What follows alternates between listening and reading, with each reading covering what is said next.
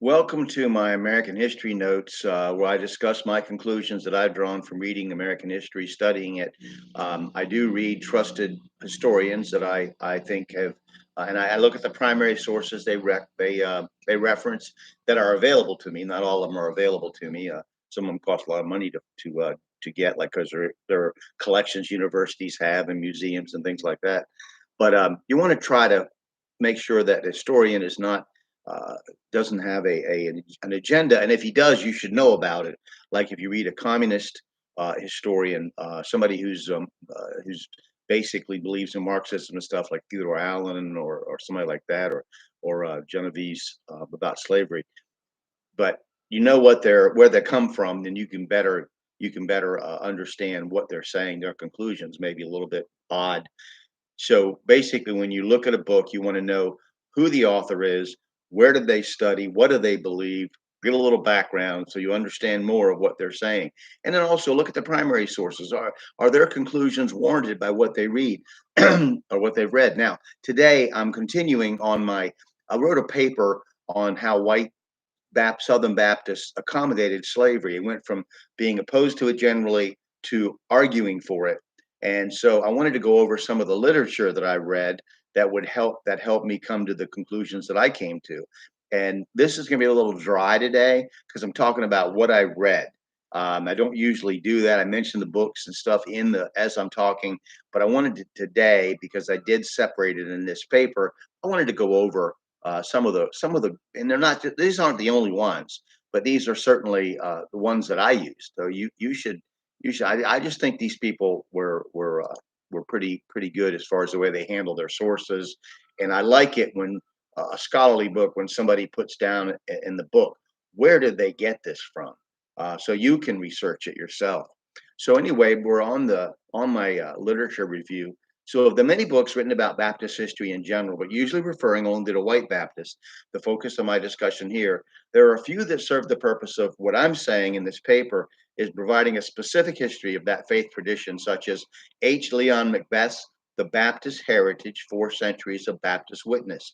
Putting that history in the context of the Western world's rapid changes in politics, science, technology, and religious skepticism is Kenneth Scott Lorett's series of 6 volumes titled Christianity and a Revolutionary Age. Other scholarly works regarding Baptist history in the southern United States, consulted for what I wrote in this paper, include Reese Isaacs' article for the William and Mary Quarterly, entitled Evangelical Revolt, the Nature of the Baptist Challenge to the Traditional Order in Virginia, 1765 to 1775, and Walter B. Posey's article for the Journal of Southern History, the Early Baptist Church at the Lower Southwest. Secondary sources that studied the culture of colonial evangelical religion in America, including that of the Baptist faith tradition, like that of Christine Lee Hireman's Southern Cross, The Beginnings of the Bible Belt, provide a sound starting point for the study of Baptist view and attitudes on slavery in colonial America. Her resources include the primary source of the writings of the late elder John Leland. A primary source is a direct source from somebody that was a witness, or close to it. Edited by L.F. Green and published in 1845. John Leland was an important Baptist preacher who played a part in James Madison's reluctant endorsement of the U.S. Constitution's Bill of Rights.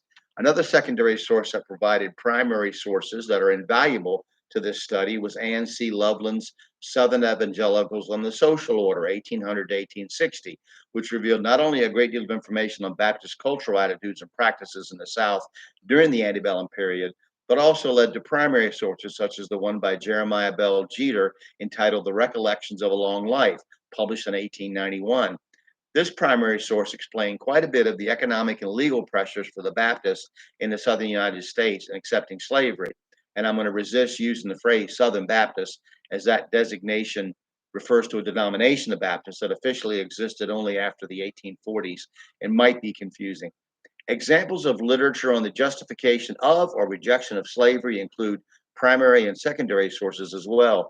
One important primary source is a debate over the justification of slavery by Baptist leaders in North and the South, kind of an argument they were having back and forth.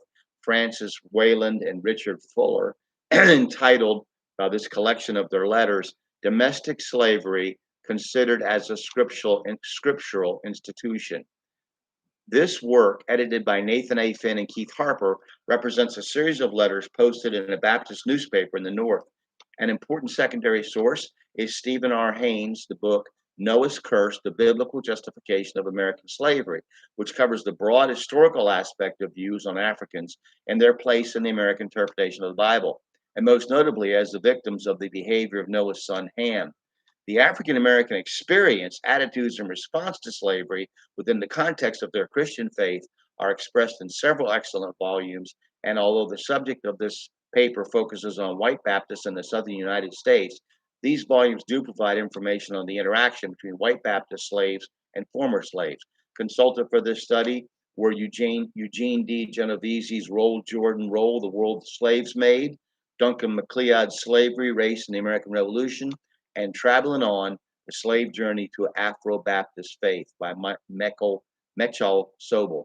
Economics and the Southern Reaction to Northern Abolitionism are well-covered subjects in the antebellum South. Such works on the economy of the South as Susan Delfino, Michelle Gillespie, and Louis M. Kyriakides, Southern Society and Its Transformations, 1790 to 1860.